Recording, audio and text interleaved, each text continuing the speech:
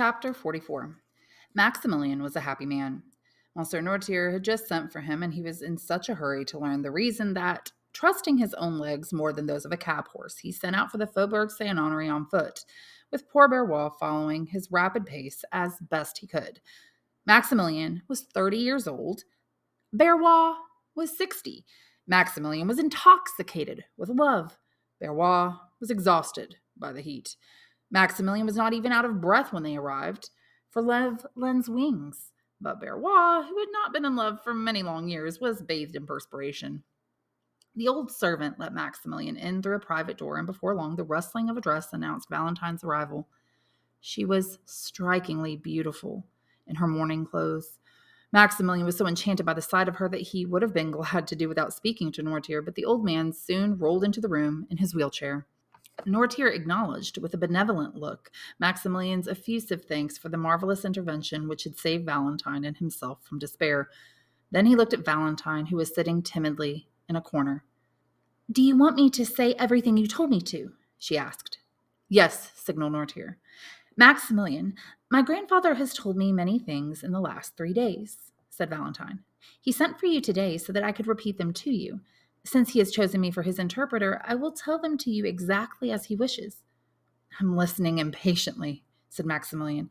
Valentine had lowered her eyes, which filled him with hope, for she was weak only when she was happy. "My grandfather wants to leave this house," she said. "Berrois is going to find him a suitable apartment. If my father gives me permission to go and live with my grandfather, I will leave immediately. If he does not, I'll wait till I'm of age, which will be 18 months from now. Then I'll be free. I'll have an independent fortune and, asked Maximilian, and with my grandfather's permission, I'll keep the promise I've made you." These last words were spoken so softly that Maximilian would not have heard them if it had not been for the extreme attention with which he was listening. "Have I expressed your thoughts correctly, grandfather?" asked Valentine. "Yes," signaled the old man. "Oh," cried Maximilian, tempted to kneel before Noirtier as before God and before Valentine, as before an angel. "What have I done in my life to deserve such happiness?" Noirtier looked at the two young lovers with deep affection. Berrois, who had been standing in the background, smiled as he wiped away the large drops of perspiration which continued to stream down his bald forehead. "Oh, how hot poor old Berrois is," said Valentine. "That's because I was running so fast, mademoiselle," said Berrois. "But I must admit, Monsieur Morel was running even faster than I was." Noirtier turned his eyes toward a tray on which there was a pitcher of lemonade and a glass. Noirtier himself had drunk some of the lemonade half an hour earlier. "Have some of that lemonade, Berrois," said Valentine. "I see you're looking at it longingly." "To tell you the truth, mademoiselle, I'm dying of thirst," replied Berrois, "and I'd be glad to toast to your health with a glass of that lemonade." "Drink some of it, then. Then I'll come back after a while." Berrois carried out the tray, and as soon as he was in the hall, he emptied the glass which Valentine had filled for him. Valentine and Maximilian were saying goodbye to each other when they heard the bell ring on Villefort's staircase. This was a signal for a visit. Valentine looked at the clock. "It's noon," she said, "and today is Saturday, so it must be the doctor. Shall Maximilian leave, grandfather?" "Yes." "Berrois," called Valentine, "come in here, please." The old servant's voice was heard replying, "I'm coming, mademoiselle." "Berrois will show you the door," said Valentine to Maximilian. Just then, Berrois entered. "Who rang?" asked Valentine. "Dr. D'Avenant," said Berrois, staggering. "What's the matter with you, Berrois?" asked Valentine. Berrois did not answer. He looked at his master with frightened eyes and put out his hand for something with which to steady himself. "He's going to fall!" cried Maximilian. Berrois' trembling became more violent, and the twitching of his facial muscles announced the onslaught of an intense nervous attack. He took a few steps toward Noirtier. "Oh, my God!" he gasped. "What's the matter with me? I'm in pain. My eyes are going dim. My head feels as if it's on fire. Oh, don't touch me, don't touch me." His eyes took on a wild expression, and his head fell backward while the rest of his body stiffened. "Dr. D'Avenant! Dr. D'Avenant!" cried Valentine. "Come in here, quickly, help!" Berrois turned around, staggered backwards, stumbled, and fell at Noirtier's feet. Villefort, drawn by Valentine's cries, appeared in the doorway. Maximilian immediately concealed himself behind a curtain. Noirtier was burning with impatience and terror as his whole soul went out to the poor old man who was his friend rather than his servant. Berrois, with his face twitching, his eyes bloodshot, his neck bent backward, lay on the floor, thrashing about him with his hands. His legs had become so stiff that they looked as though they would break before they would bend. Flecks of foam began to appear on his lips, and he panted painfully. Villefort stood looking at him for a moment in stupefaction. He had not seen Maximilian. Then he turned and rushed out of the room again, shouting, "Doctor! Doctor, come here!" Madame de Villefort entered slowly. Her first glance was at Noirtier, who, except for the emotion natural in such circumstances, appeared to be in normal health. Then she looked at the dying Barrois. "In the name of God, madam, where's the doctor?" said Valentine. "He's in Edward's room examining him. He's a little sick today," replied Madame de Villefort. Then she left the room. Maximilian came out from behind the curtain, where no one had noticed him in the midst of all the confusion. "Leave quickly, Maximilian," said Valentine, "and wait for me to send for you."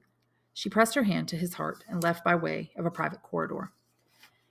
Just then, Villefort and the doctor came in through the opposite door. Barrois was beginning to come back to his senses. The first attack had passed. He gave a low moan and raised himself up on one knee. Villefort and D'Avenay carried him to a sofa. "What do you prescribe, doctor?" asked Villefort. "Bring me some water and ether. Do you have some in the house?" "Yes."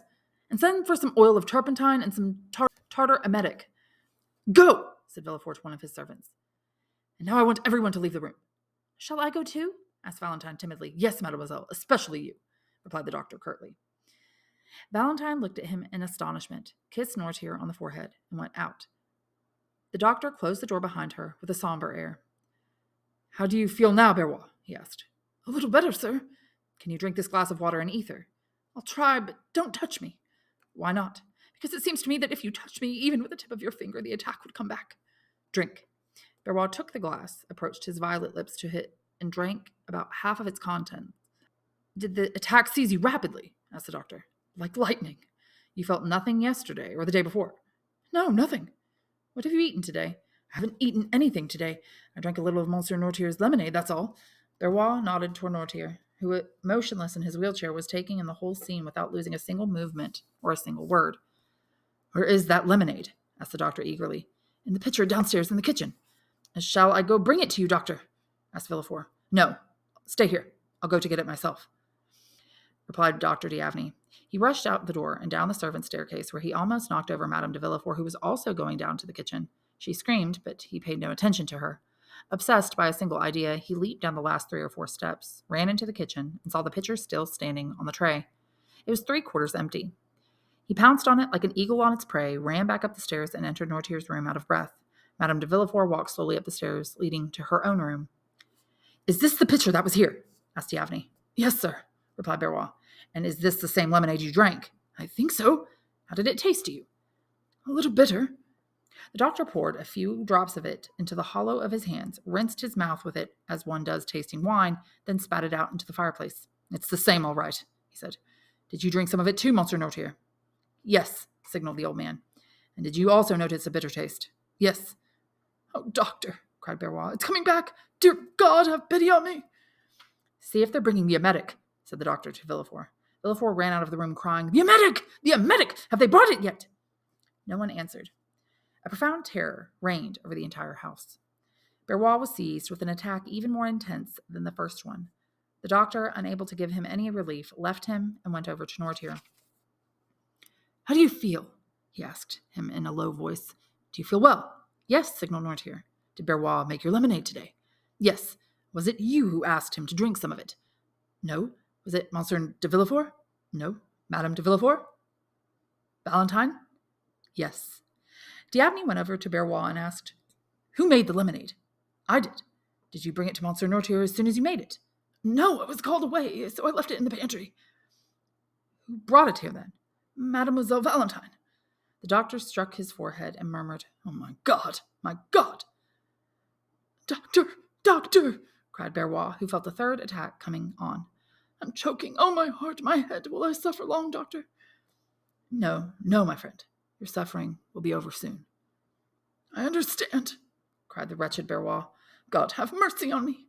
He fell back with a loud cry, as though he had been struck by lightning. The doctor felt his heart and said to Villefort, "Go down to the kitchen and bring me some syrup of violets." Villefort went out and returned a moment later. "Is he still unconscious?" he asked. "He's dead," replied the doctor. Villefort stepped back, gripped his head between his hands, and said with unfeigned pity, "Dead so soon?"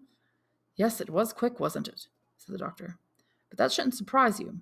Monsieur and Madame de Saint Méran also died suddenly. People die quickly in your house, Monsieur de Villefort." "What?" cried cried Villefort in horror and consternation. "Are you still possessed with that terrible idea?" "It has never left me for a moment," replied the doctor gravely, "and I'll prove to you that I'm not mistaken this time. Listen to me carefully, Monsieur de Villefort." Villefort trembled convulsively. "There is a poison which kills almost without leaving a trace," continued the doctor. "I have studied that poison, and am thoroughly acquainted with its effects. I recognized them just now in poor Barrois, and I recognize them in Madame de Saint Méran. There is a way to determine the presence of that poison. It turns red litmus paper blue and turns syrup of violets green. We have no litmus paper here, but we do have the syrup of violets I asked you to bring me. Watch." The doctor slowly poured a few drops of lemonade into the cup containing the syrup of violets. The syrup took on a cloudy bluish color at first, then gradually changed to green. The experiment left no room for doubt. "Poor Barrois was poisoned with brucine," said Dr. D'Avenant. "I am now ready to answer for that fact before God and before men." Villefort sank helplessly into a chair without saying a word, apparently as lifeless as Barrois' body. The doctor soon brought him back to his senses. "Oh, death is in my house," cried Villefort. "Murder is in your house," replied the doctor. "Do you think the poison was intended for that poor servant?"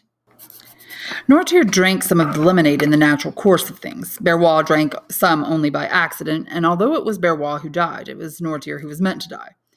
"But then why is my father still alive?" "As I told you that night in the garden after the death of Madame de Saint Méran, his body has become accustomed to that very poison, so that a dose that was insignificant to him was fatal to Barrois. No one, not even the murderer, knows I've been treating Monsieur Noirtier's paralysis with brucine. Now let's follow the murderer's actions. First, he kills Monsieur de Saint Méran, then Madame de Saint Méran, a double inheritance to receive. Monsieur Noirtier had disinherited his family and left his fortune to the poor. He was spared. But as soon as he changed his will, he became the next victim. The new will was made only a day before yesterday, so as you can see, no time was lost." "Oh, have mercy on my daughter, Monsieur D'Avenant," murmured Villefort. "Ah, you've named her yourself, you, her own father." "Have mercy on Valentine. Listen to me. It's impossible. I'd rather accuse myself than her." "No mercy. The crime is flagrant. Your daughter packed the medicine that was sent to Monsieur de Saint Méran, and he died. She prepared Madame de Saint Méran's beverages, and she died. She brought the pitcher of lemonade to Monsieur Noirtier, and he escaped only by a miracle." "Listen to me," cried Villefort. "Pity me. Help me.